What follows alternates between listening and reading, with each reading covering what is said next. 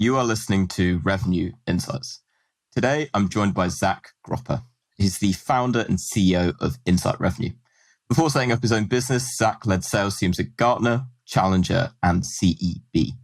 Zach, really excited to get down into the detail today. Hey, Lee, thanks for having me. Excited for the conversation today as well. Okay. You've had a really interesting kind of history, worked at some pretty huge organizations in the sales space, have come all the way around now to creating your own thing with Insight Revenue. So for anyone that hasn't heard about you before, come across you, could you give a little bit more context around your story? Yeah, sure. So not to bore everybody to make it too long, but I've got a little white hair, so a few different careers that got me here. I live in Barcelona today. I've lived here for about the last 8 years, but actually, as you can probably tell, I'm from the States. So I've, one part of my career, I've lived and worked in about 20 different countries. A lot of that starting at like my first sales job ever, selling luggage on Greenwich Avenue in Connecticut through to really working with very large enterprise organizations and expanding around the world. I think probably the most interesting, part to focus on as part of that story was I'd never gone to business school. I never worked in corporate America per se. And after doing a lot of international work, I wanted to not only be the best at sales or the best at sales management, I wanted to also learn like how do big companies really work and function. And so there's this company called CEB, which is now actually part of Gartner, but not a lot of people would have heard of the Corporate Executive Board. So it was a fascinating company that was based out of Washington, D.C. And way back in 2006, they were on this really interesting mission to take what was a business model like Gartner with specialty around functional areas of excellence and best practice and research.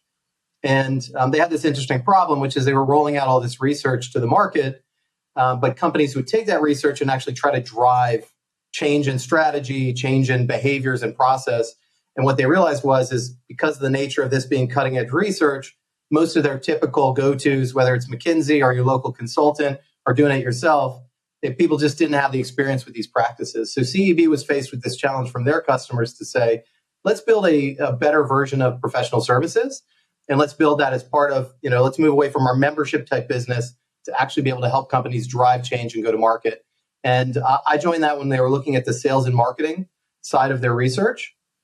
And that ended up being 16 years of my life there. The name changed many times when I was there of that business. So we took that business, CB was about 300 million revenue. We became a $1 billion revenue company before Gartner acquired us. We were actually the fastest growing part of that business when it was acquired. And then we were sold off to private equity as the company Challenger. And so I went from working with the first companies in the field, trying to actually implement this with this work with my own clients, to then being able to think of much more interesting and newer, more strategic ways for our business to work with them, and then ultimately running the international business. And at one point, I had 4 or 5 offices outside the U.S. when we were trying to figure out how you serve what was perceived as a very American way of doing things in many, many international markets. And so, that role taught me a lot about not only what best practice research and science is of selling, which was fascinating and never got old. And I thought I would have left there after 2-3 years, but stayed there, for a very long time. It also taught us a lot about like how companies actually, get from that 80% of getting an idea to actually that important sort of running to ground behavior change and strategy changes to get them to stick in wildly different shapes and sizes of companies over the years. And then the only thing to add on the back end of that is just having taken that knowledge, mostly working with large enterprise organizations, I've done some of my own scale up gigs since then. So I was able to help a company called AirDNA scale and sell their business to private equity as well. So I've had a couple of exits under the belt now, and worked as a CRO in a couple different fields before I decided to, hey, let's put this all back to work and try to do it, as good as humanly possible and in better and more innovative and agile ways in the market with Insight Revenue, which I guess is the flip side of Revenue Insight. So it brings us here today. Clearly, great minds came together in the naming of both our podcast and your business. I really like that. And from your background, very much seen there and done it right from, as you say, from large enterprise organizations down to your scale up. So what would you say then it is about what you've learned from those experiences to then kind of reach the point of going, you know what, I from your experience, there's a different way, a better way of doing things, and that inevitably, I assume, leads into what you're now championing with Insight Revenues. So how would you say your approach, based on your experience, is different to the status quo, let's say?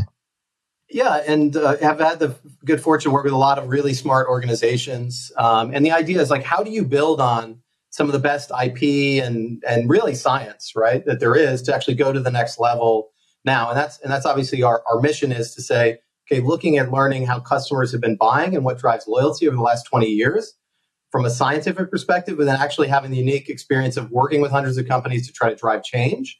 As in any business, I think every business has its limitations based on its business model and its profit models.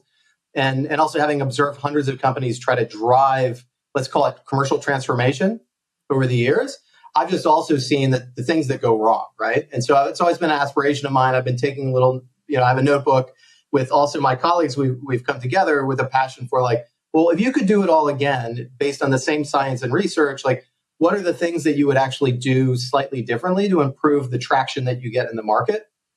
And the other thing that we find is that, if you look at the capabilities that partnerships that people have, the opportunity that's out there, it's like consulting companies are great and can bring in great ideas, but they're really terrible at actually implementing change and getting behavior change to stick and doing any kind of training work. Training companies, on the flip side, aren't really good at actually helping with the real change management that makes most of these programs important. And there's a lot of great IP and branded methodologies out there, but generally based on the confines of their business model, they can't actually adapt what they're doing to your business. Like that would make them too not profitable. So they try as best as they can to bring in a lot of ideas, but unfortunately those ideas stick at the theory level for the most part and don't resonate or stick in the organization for the long term. And so if you look at kind of the things that we think organizations really need to focus on and the things that break, it's the ability to really be strategic about change management with any type of, go-to-market model change or transformation you're going through. It's making sure what you're doing is actually really tangible at the field level, so it integrates into the day-to-day of the people who are actually engaging and talking with your customers. And so I know maybe later we'll talk about, well, how's that different for an SDR versus an AE versus an AM or CS individual? And then there's kind of the, how do you get implementation right? So there's actually a structure to driving these kinds of changes and sort of the building blocks, processes, tools you need to have in place to make sure that it all aligns within the organization and that you're actually able to not only get initial ideas to stick, but improve over time. And so, there's a lot we've learned across hundreds and hundreds of companies we've worked with.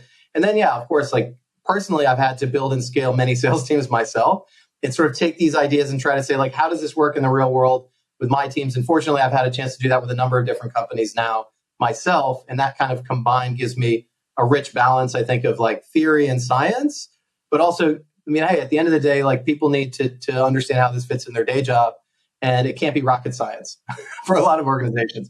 So I've worked, in some regard, worked with organizations who sell tens of $billion projects, like Siemens and turbines, at that level with large enterprise. But I've also worked with organizations that have an average sales cycle of 2 months or 5,000 to 6,000 ACV. And the ideas and the science need to really plug into what intimately an organization is doing today and how their customers operate and buy. And that's kind of, I think, closing that gap is a big gap in the market that I think we've got a better mousetrap at this point to fill. Yeah, absolutely. And you touched on what I think is a really important point there, and around you've got the strategy and the theory of it, as you put it. And then there's the execution of it, which so often is the hardest part of it. And I know from conversations that we've had kind of leading into this podcast today, we've been talking a lot about, using data and insight to drive what those changes are. It's something that resonates, that comes up a lot in the podcast whenever we talk around revenue operations, because often it's so amazing the insight that you get and the level of insight that you get. But the challenge then is, now how do I get my sales teams on board with this? How do I get my customer success teams on board with this. So from your perspective, and I really liked the point that you made around if you could do it all again, what would you do differently? So if we took that almost as like a blank slate, and if you're going into a kind of a mid-market business now, and once you've kind of taken stock of it, what does that process look like for you in terms of what do you do differently based off of those I guess instinctive things that you would normally do, which is perhaps let's just, we need activity, let's just do lots of cold calling, right? What would you say is your approach, and what have you learned from those experiences? Yeah, so I guess there's a lot to unpack as far as like what good looks like at different levels. And I like to start with, because you could look at the organization itself, like what is it building the machinery and operations. But I like to always try to take a step back and look at the customer first. Excuse me. And so, one of the key things that we always learn is there's two kinds of cultures or attitudes in an organization, if you want to really simplify. And one is an inside out type of organizational approach, and one is an outside in. And just to explain the difference of those two is, if you think of product-led growth, if you think of what the machinery of most sales organizations have been built to do, it's like, we've got great products, we've now innovated them and have great new features and benefits that we want to bring to market. And so our machinery is really focused on like, let's drive our story into the market and make sure everybody knows about all the cool new stuff or the cool stuff we can do for them, right? And it's interesting because we'd seen that, that was the dominant way most companies sold. Then they'd gone through some evolutions to try to get into like more solution selling because they were getting commoditized.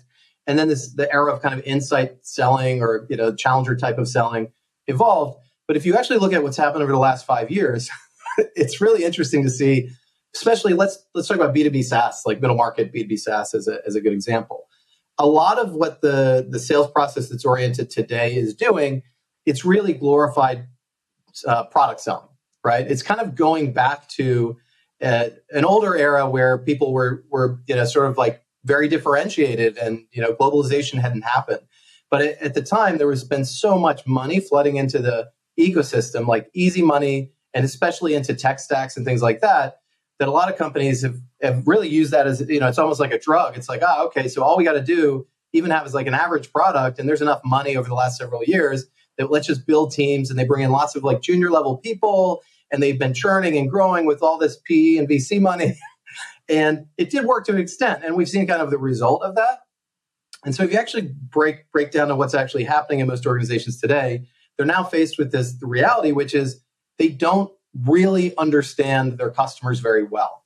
So if you go into your teams and actually ask them, like what do your buyers really care about? What are the problems that they have? What gets them hired or promoted or fired in their organization? What are they really trying to do with, let's call it your software or your solution? Not many people at the front line of your organization, maybe even at the leadership level, can clearly articulate that. Maybe the product organization knows about the users, right? The user level, and there's some information there which is useful. But at the end of the day, understanding the buyers and the strategies, I think that's something that's kind of gotten skipped over, unfortunately, in a lot of organizations over the last several years, especially when you're bringing in a lot of less experienced people and just kind of building this, high velocity churning machine. Now everyone's trying to do more with less. Now there's this big focus to quality over quantity. And so, or at least hopefully there is. And I think what you want to do now is really be able to take a look at, like, let's root and align our organization on how well we understand the customer, starting with their challenges and their objectives. Then really you have to understand, being data-driven as an organization, like what makes them tick. The CFO right now is going through a decision-making process with their team saying, let's get rid of every nice-to-have software that we have in our stack, especially if it hasn't been adopted or used. And there's a lot of shouting matches going on during those conversations. And we've seen the result, which means you've got these sort of big waves of downsell happening, which are affecting your AMC or CS organizations. And so when I look at like what's the opportunity now companies have, it's like, let's get back with, some of us would say it's the basics of like, know thy customer, right? So as far as what we focus on now, it's like, okay, first of all, let's make sure you really understand what makes your buyer universe tick. How do you quantify and track and measure what they're trying to achieve? And most importantly, like, what is the cost of the status quo to them? If you need people in a tight budget environment to make decisions and be able to defend, to the CFO or the board, your product or solution, you've got to be able to talk about the cost of status quo and the ability to get them to, let's elevate the urgency and importance of working with you. And that's really about building a business case. It's really about understanding your customers. It's really about product marketing, asking different questions to your customers to get this type of information, which ultimately it is the heart, it's the bread and butter of the conversations that your AEs, AMCS people have to have. But it's also the bread and butter of the content strategy that you should have as far as how you're laying the breadcrumbs with your social media and all your other content strategy to lead people back to you so that when they actually reach you, they're oriented to buy the way that you're differentiated, which is really, really important as far as quality business versus stuff you need to kick out of your pipeline. So for us, it starts there. The tip of the spear is a lot of the work we recognize we're doing in the past as far as like what types of conversations drive loyalty. We did a lot of work strategy, on really understanding like what does a customer experience and buying experience need to be like? What kinds of information actually drive the dial on loyalty? What types of skills and behaviors actually drive the needle on that?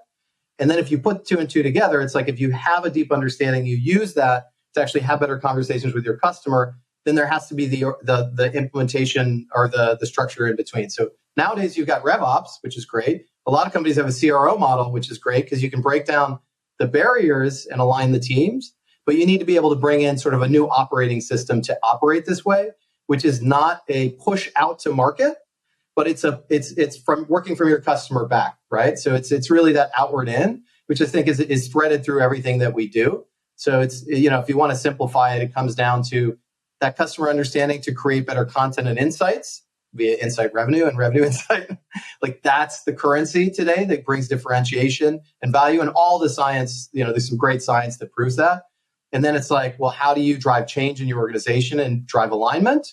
And then how do you actually give the people at the front line a real leg up, especially people with not a lot of experience, to have these better interactions, more value-driven interactions, and then on the AMCS side to actually demonstrate impact, so it's much easier to renew, cross-sell, and expand.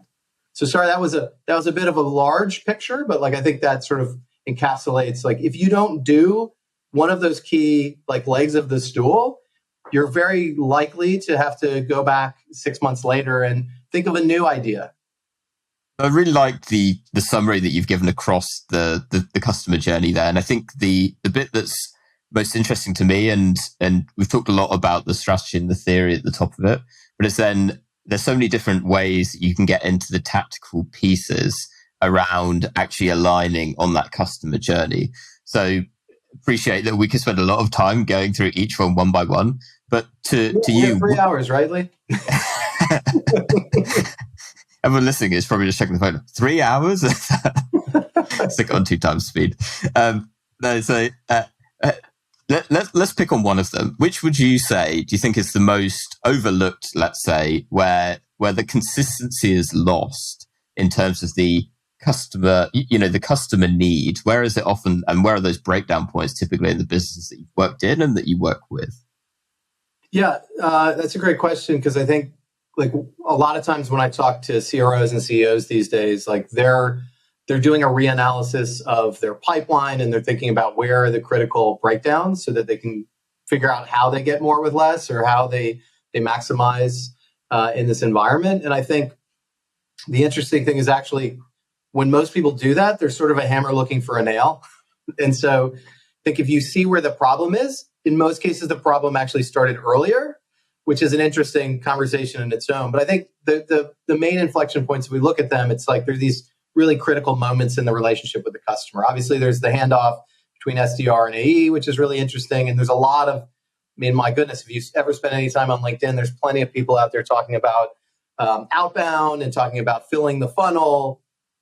And I think there's a lot of interesting work that needs to be done to improve that first sales interaction, or the disco demo, particularly with SaaS as an example. But I think there's some attention there. There could always be more, and definitely a lot we could talk about. I think the next one, though, that actually doesn't get enough attention is the handover between sales and AM, or sales and CS. And I think it's a little neglected, and it's going to rise significantly in importance because what you see happening right now is obviously there's a lot of downselling going on, and it's really, really tough in most markets, unless you're selling into really traditional markets.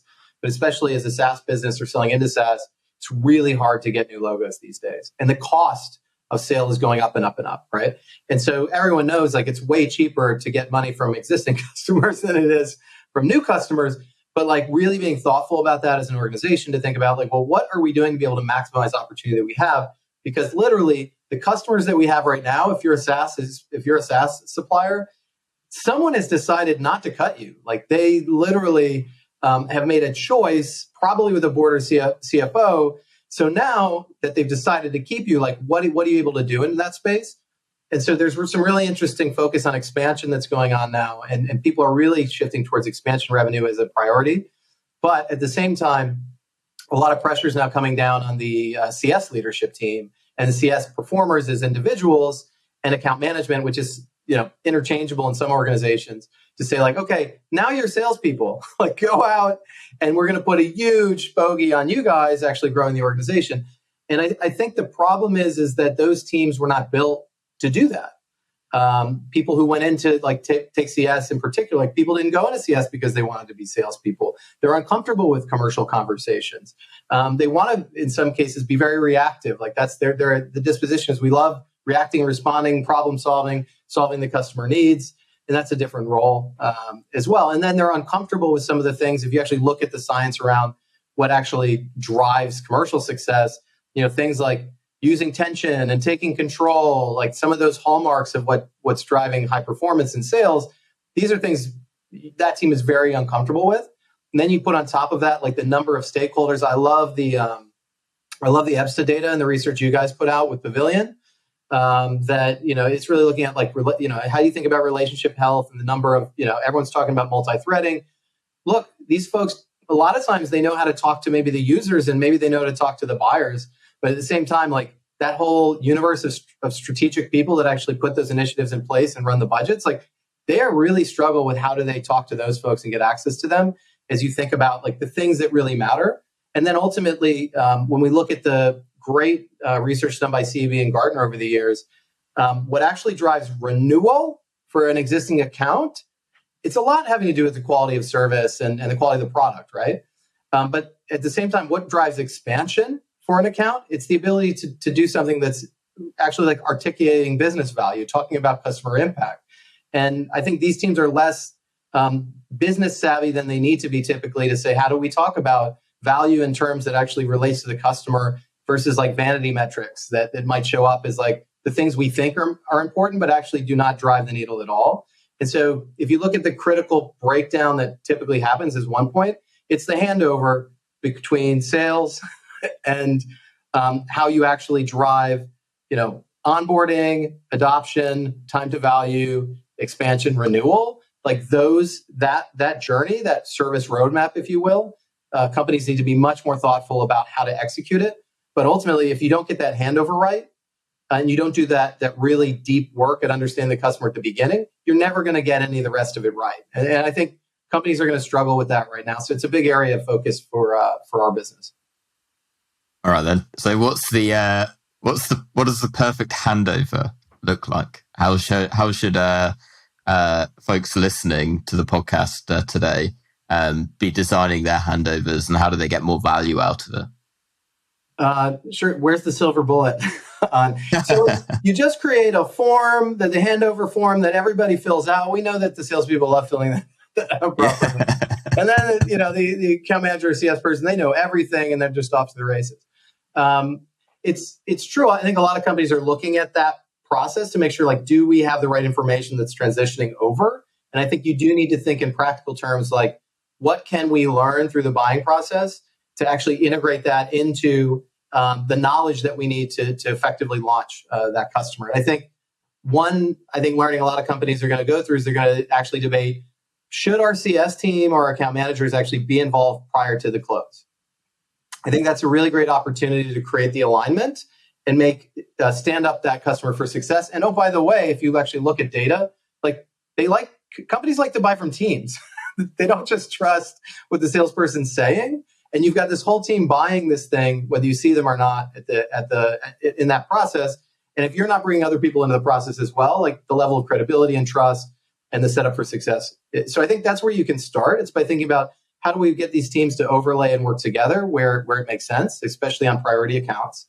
How do we make sure that whatever the package is that's going between the account executives and the AMs or the CS folks, it's really gotten to the root of like, who cares about this initiative? Why? Why is it important? How do they track and measure what success looks like? And ultimately, what's the existing problem that we're trying to solve for? So not just focusing on the ROI if we do this really well, but focusing on the cost of the problems that are happening right now that we immediately need to jump on. And we're the main reason that there's urgency to get this done. And so if they're able to do that, if the account executives are able to do that and then hand that story over, then you're already set up to say, okay, here's where we're going to be your partners for success and talk about that versus, like this is how we're going to share all the great features and benefits of our platform or our product. Like that's the focus of the onboarding discussion. So they think, we're thinking about utilization as the key objective, but actually we should be thinking more about how are they going to, define success when our buyer goes to the CFO and asks for more money or more definition. So the handover really needs to package up what that story is, what they're trying to achieve. It has to get a little bit into the metrics. And then what we need to avoid as account managers and CS folks is I think they get shy about, oh my God, like they've had so many conversations before I got here. The last thing I want to do is piss off my new customer by making them tell me everything all over again. And so you just jump back into sort of talking about yourselves, right? Like, and you're only setting yourself up then as an expert on yourself and your products, which means when you do your check-ins, when you do your QBRs, they may not even show up because they know you're just going to talk about yourself and try to sell them more stuff. Whereas if you start that conversation based around, hey, we work with companies like you to achieve this objective all the time. Here's the things you want to avoid. These are the mistakes other folks make. These are the things that actually drive success. Like if you do that from the beginning of that handover process, when you first are onboarding the client, they're going to want to pick up the phone and call you to actually teach them how to be smarter. And that's really the pivot point we want in the relationship for organizations that we work with.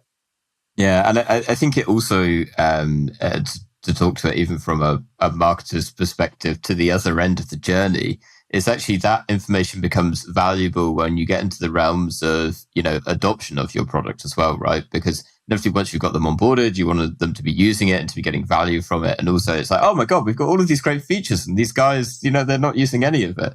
And what I find the conversation always begins with is, why did they buy it in the first place? Because when we know why they, purchased it and what problem that we're trying to solve, that'll help, from a product marketing perspective, then the kind of messaging that you want to create to be like, hey, you're sending out an email, for example, it's like, hey, did you know that you can do this? Did you know you're able to do all of these extra things that you're paying for at the minute, but you're actually not getting value out of?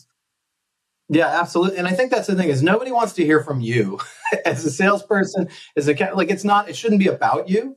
You are a vehicle, you're a conduit for knowledge. And I think it's, as a salesperson, you're talking to so many other people who have that job every day. And if you're not learning a lot of valuable information and sharing it, then you're not doing justice to yourself or to the prospect. But it's even more contingent upon you that you as an account manager or CS person, like you talk to so many existing customers who are willing to share anything with you, like what's working, what's not working, like you can be a conduit for those stories. And then it's not about you trying to sell them more. It's about them trying to be more successful and get the greatest leverage out of your capabilities. And that changes the nature of the relationship. You're not chasing them, trying to overprove all the time. They're actually leaning towards you because you're saying like, hey, this is somebody I want to bring into a meeting with my boss because they're going to help us make better decisions. And I think that's a fundamental 180-degree different relationship that you're trying to establish. And yeah, absolutely. Like if you're data-driven in that approach, then you're going to help them operate, in a much more business savvy way as well. Yeah. And so that is fantastic in theory. So to go back to something that you were saying at the very beginning of our conversation then, but it's all about the execution of it. And you kind of alluded to it where for salespeople, they love doing the handover. It's the best part of the sale, right? But and like so many things, and in your background, working with methodologies, it's the same kind of ball game where it's like, okay, we've got this fantastic methodology that in our heads is going to work amazingly, but in reality, the biggest challenge is actually getting people to follow it, And I find so often that comes from them believing in it and seeing the value from it. So looking at it from the perspective then of, improving the handover from your experience of when you're going into businesses nowadays, what's your approach to, ensuring change management goes smoothly and ensuring that there's actual execution on it? Yeah, because it's so hard to get right. Like behavior change is really difficult. Change management as an organization. So I think the thing we find now is, especially in higher growth organizations, but pretty much everywhere, like everything is changing, right? So the pace of change is so fast. And if you think of, if you get down to the first line manager level or the field level, it's really overwhelming. And so how do you simplify a lot of this to make people actually better in their day job? So it's not like, again, it's not rocket science. And like, how does this meet, the core things I need to do, the conversation I'm having tomorrow? And I think if you're going to think about, a lot of what I'm talking about is organizational support. So describing that, like to tell an account manager or a CS person to go out and do this on their own, they're going to say, wow, like I'm not a consultant. Like that's not my skill set. That's not what I was hired to do. Sounds great. I'd love to. So part of it's convincing them that this is what your customer wants. And it does go back to the really interesting study around the sales profiles and the challenger versus the relationship builder, which a lot of people have read that book or seen that. The idea that, you wouldn't be surprised to know that a lot of account managers at CS are more the relationship builder approach, right? And the relationship builder really believes like being really generous with my time is going to reward, it's great for the customer, great for me. They're going to reward me with their business. And in fact, what we now know intimately well and in painful situations is if you're friends with the customer and they're busy and they've got other stuff to do or they've got to cut budget, like you might be the last person they call because they feel bad telling you that they're moving the business to someone else or they need a downsell, or, hey, they may actually bully you because it's like, okay, like you want to help me? What do I need is a discount right now. So why don't you give me like 30% discount and then you're gonna be my best friend? And so moving the conversation to business value it's a combination of organizational insight on the customer that you can package up to actually give these teams the ability to say, hey, listen, like, and sales enablement obviously works on like, how do I take those ideas and build collateral so we can steer and guide these conversations to make them much more valuable. So it's as much as like, I'm giving you some teaching advice to give to the customer from the balance of what we learned from other customers, right? Like that's the simplest, easiest thing to start giving to your teams is like, what are things I can teach to actually deliver value versus the extraction of value and things that I'm doing to help them help me sell, right? Which people can see a mile away. So that's a starting point is like, get great messaging content, get great insight that's going to be valuable to help your customer think differently about their challenges. That's generally should be an organizational capability between sales, marketing, even product marketing, and then the field teams, right? Like you create a feedback loop for that. And that's in practical terms, makes the jobs way, way easier, but you need to build a system that does that right. The thing I think is really interesting to look at right now, though, is the first line managers who manage the CS, account managers, and AEs. Like a lot of these are new managers, especially in SaaS companies these days. And they're dealing with all this change. They're communicating the stuff down to the field. They're trying to drive performance improvements. Everybody's being asked to like step up their game. And these folks, like maybe they were really good as a CS or an account manager, or maybe they were really good as a salesperson. That's not going to become a great first line sales manager. And so there's a lot of work been done and a lot of great research around this sort of idea of this double jump, right? So the jump of going from that role in the field to being a good manager of that team, but then the jump to like, oh, wait, now we actually have to do something differently than we did a few years ago when I was doing what I was doing. I'm not teaching people to do what I did. I'm teaching actually people to do things maybe I couldn't even do, which is like talk about business value and root in sort of these richer, kind of more insight-driven conversations. In order to be able to do that, they've got to be great at coaching, like behavioral science, like how do I observe objectively the behaviors that good looks like, and I reinforce those across my team. And so in practical terms, we think one of the most important things companies should focus on right now is how does a manager review the calls that their team is having with the customer through an objective lens to be able to actually pinpoint like what's the behavior change that's going to be actionable for them. And so we focused a lot on not only building sort of the skill set of what managers in any of those roles need to do now, but also giving them tools to say, okay, well, this is what a good conversation looks like. This is what good opportunity management looks like. This is how I'm going to actually observe my team and not just teach them to be like me. And so building better actionable tools there and supporting the first line sales managers or account managers, et cetera, I think is a huge weakness in organizations today, and something you really need to focus on, because at the end of the day, all change is going to live and die with them, right? If they don't take it seriously, or if they don't do this, people are going to struggle and they're going to go back to their old habits regardless. And then I think at the field level, as where we started, it's then being able to provide those same sort of actionable insights to the field to say, okay, how do I have a great conversation at those critical moments? What does great look like? Provide the content and provide the tools. So we're talking about opportunity management frameworks to help them kind of really install this kind of ecosystem in this operating process. And then even just guides for like, what does good look like on this? What questions do I need to ask when? What do I do with that information? And then how does that turn into the story of change that I'm going to help drive for that customer? So the connectivity between, think of it as a service roadmap for an existing account that will actually go back to the business case and what I'm helping with when it starts with the onboarding handover, it goes through the QBRs and the check-ins, it leads into the renewal and expansion conversations. It should all be rooted back to that same story. And then how am I getting great insight and information into that story to make each of those meetings valuable? So I'm being proactive, not reactive. So that's some of the main components. I will say, throwaway, I know there's a lot there, but we actually have at Insight Revenue the former head of research from CV Gartner.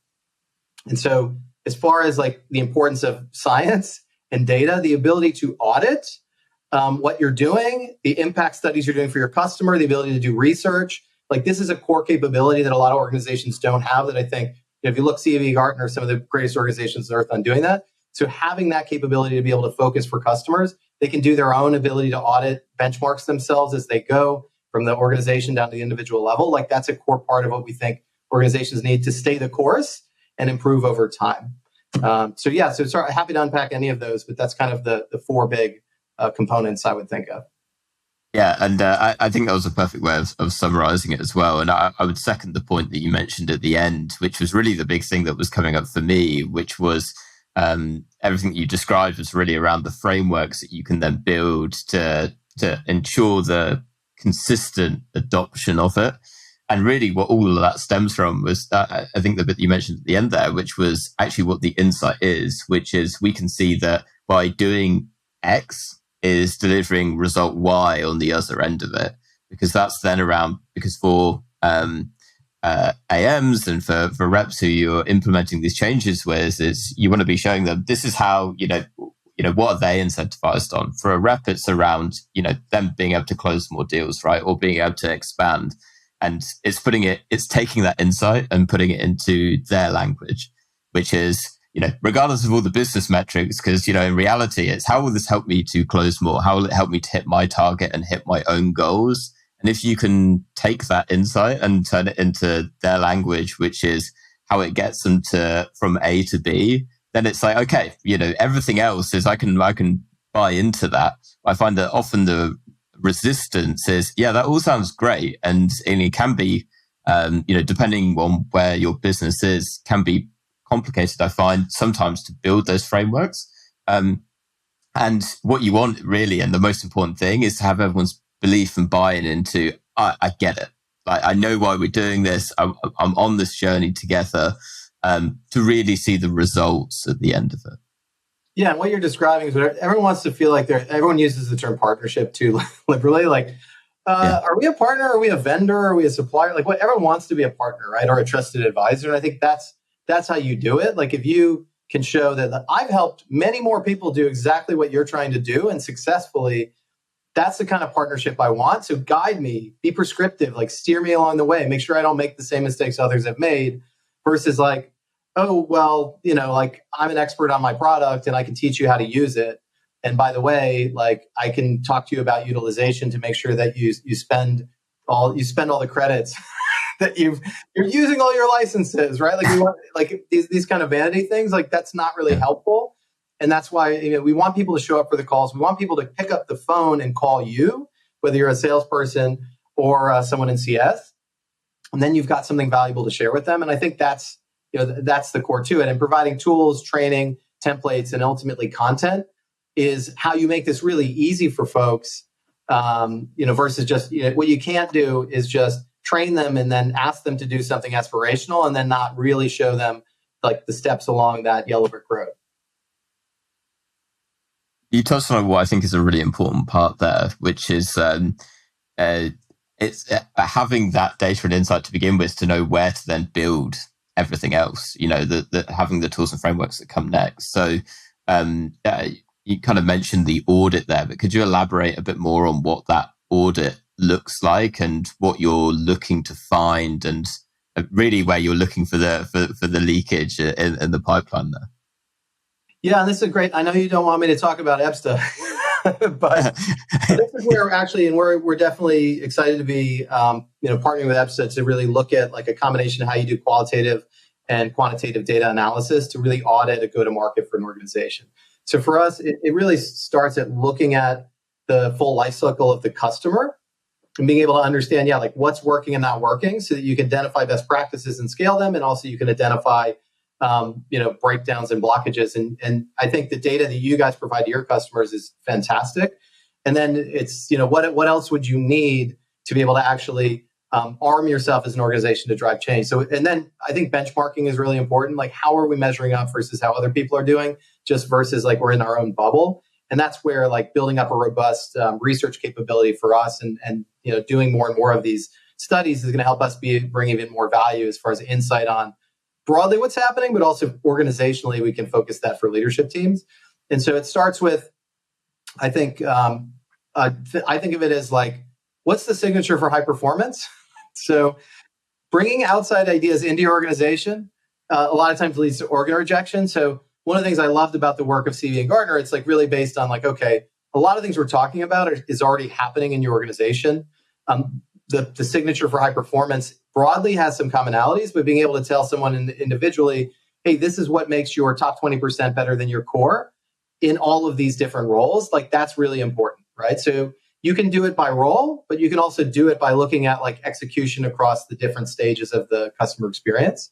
And then I think having that kind of audit, like the kind of things we do is we love to listen to people's calls and actually see not what have you told them to do and what's your process and how you're on it, like what are the actual conversations you're having with your customers? That's great qualitative. Talking to people's customers. We find that most of the time you're asking self-interested questions of your customers, even what you're doing in product marketing side. So we love to do is actually ask questions of people's customers to dig into, like, what are your problems? And by the way, like, I know you're buying this thing, but like, how important is that in the other areas of like what you're spending money on and what you're prioritizing as far as initiatives? Because a lot of the time, what you need to do is elevate yourself by marrying what you're doing at this level to something more strategic. But if you don't know what those other strategic things are and the relevance, like, yeah, good luck getting to the more senior stakeholders later.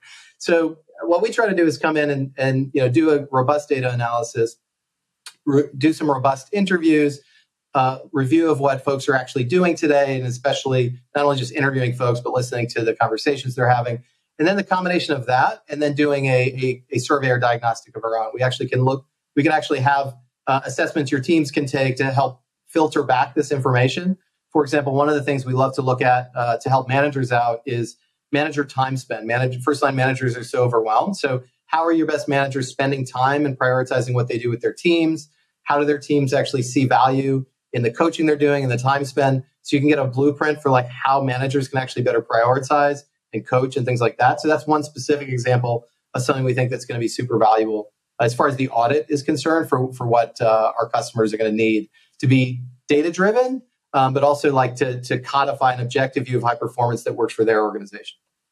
I really like that way of putting it, also in the lens of looking at it as well. And it's that particular view on what, high performance looks like. And, from selfishly from what we've been looking at is, what are the common factors of high performance across sales teams, for example. And it's what are those specific things that they're doing that is helping them to, consistently hit their quota. And I think that's a really important lens to look at it through. And to the point that you made, looking at it in terms of what's the behavior, right? Even down to that individual pipeline stages, is how long do you typically have deals in that stage? Because what we found through doing the analysis that we ran was you'd have some reps who would have, they'd be amazing at closing, compared to their teammates, they would perhaps close it like 50% faster. But then actually we found that they were spending loads and loads of time on discovery. And it's like, well, is it cause and effect? And it's looking for those smaller areas to drive greater efficiencies. And that's really where then, to kind of answer the question that I originally asked, that's where you get to the point of, being able to see where you have the big issues in your pipeline, is looking at the bigger picture to look at where are we losing out at the minute, where are we falling behind on where we need to be and where we need to get to. And often then, because from our perspective, as a tool that helps us out, the bit that's missing is actually the wider change management that goes with it, because you mentioned it earlier. There's no silver bullet for all of these things, but it's actually pulling all of these different areas together into a coherent strategy and a coherent plan as well to actually execute on it. That remains the biggest challenge. Yeah, let me give you a perfect example. So what happens in most organizations is you'll look at your superstars, right? And you'll tell everybody like, hey, Jane over here did this, everybody do that. And it makes sense, right? Like, oh, they multi-threaded better. They got to the CEO. Let's just go do what they did. How did they do it? Well, shocking, maybe not surprising, is that the top 1-2%, most of what they're doing, you can't replicate. Yeah. So you're already setting it. So as far as change management is concerned, showing people an unattainable standard that's based on some of the things that are unique to that individual is a typical way of going about it. When you look at, you can identify the problem and then look at what the best people do. But actually, if you go to the full 20, if you actually go beyond the top 1-2% of those superstars and you look at the top 20% as a whole, and you use data to figure out like how are they operating differently, that's way more scalable. And so a lot of what we could, and EBSTA data is great because it'd be like, oh yeah, you have, the best deals have this relationship score or, are multi-threaded in this way. But the question is how do you do it? And so a combination of qualitative and quantitative, you can actually look at, right, how are best people doing it? What's scalable about that? What's the process? How do we then distill that and then give it to our sales enablement team and also build the tools that are kind of tailored to our organization to allow people to do that themselves?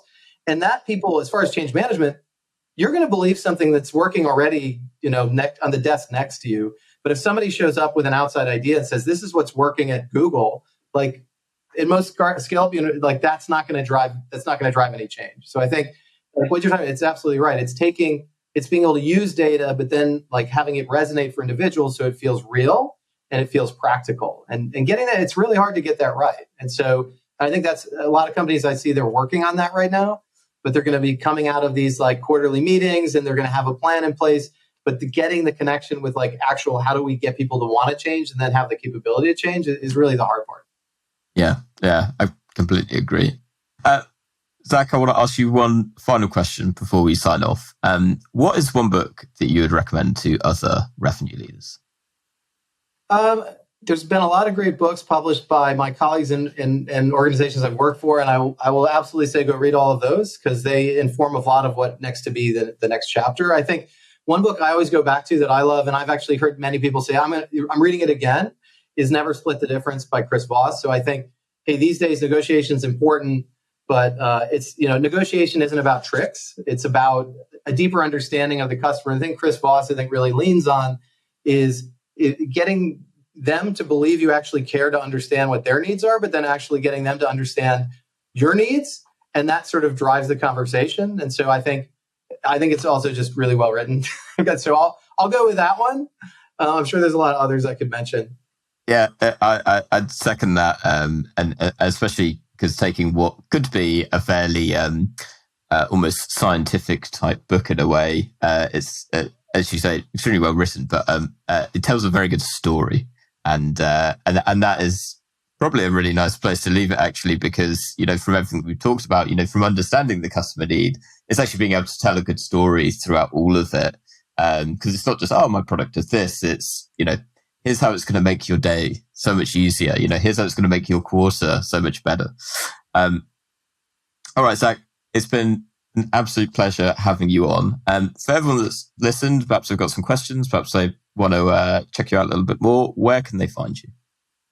Yeah, well, you can write to info@insightrevenue.com. So just reverse the revenue insight. And we're global. So we've got offices based out of Europe and the US. And so, and find me on LinkedIn. So it's Zachary Gropper. And so I look forward to anyone who wants to reach out, have any questions, would absolutely love to continue the discussion with anyone who's listening.